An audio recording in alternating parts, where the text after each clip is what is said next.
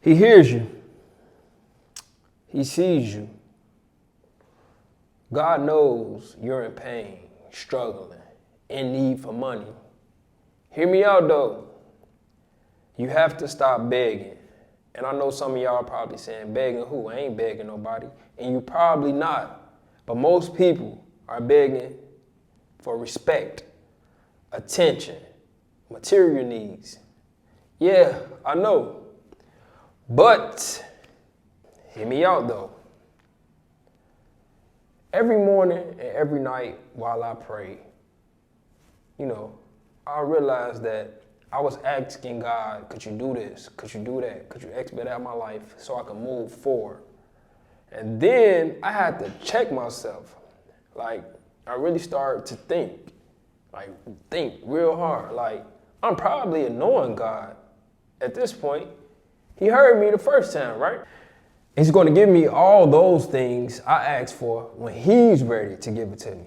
Not if I keep asking him, when he's ready, on his timing, when the time is right, when it makes sense. Now, hear me out. This might sound out of context, but hear me out. If you're watching, please continue to listen, and thank you. Sunday morning, right? My daughter called me, asking me for $50. And later that afternoon, my son asked me for $30. I told both of them they have to wait till Friday till I get paid.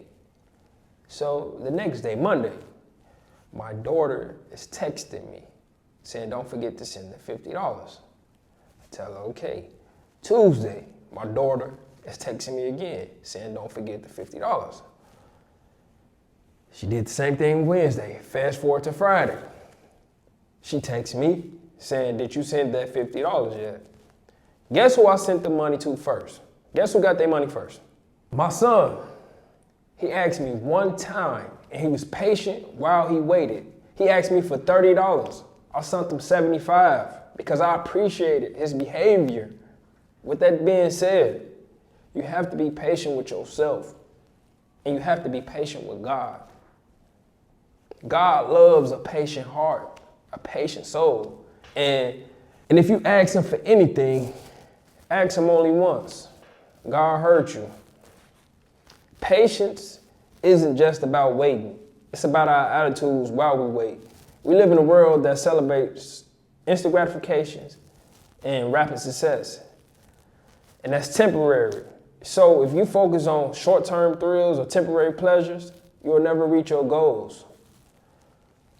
With that being said, continue to work towards whatever you're working towards, regardless of delays and setbacks. You will get there. Trust the process. You will get there if you don't stop. I promise you.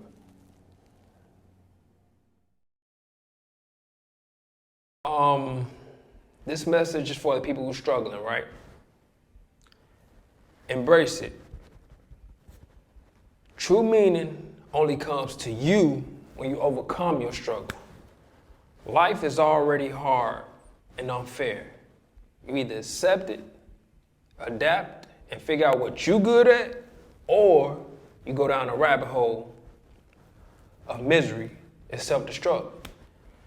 The choice is yours.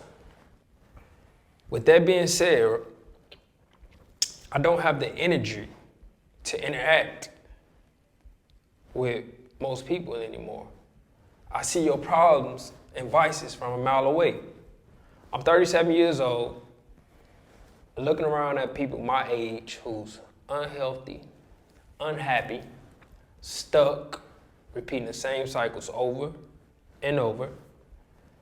And you're going to continue to struggle until you change. You have all the tools to get the job done, but you refuse to use them. Why won't you pick up that screwdriver and tighten up the loose screws?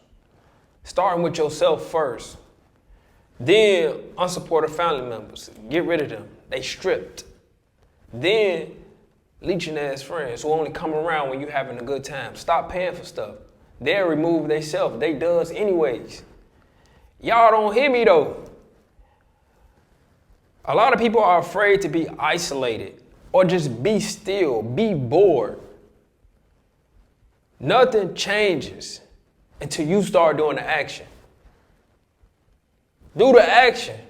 Anywho, this is a random thought, but every time I got into trouble in my past life, I prayed to God, God, please help me. I promise I ain't gonna never do this again. I promise you.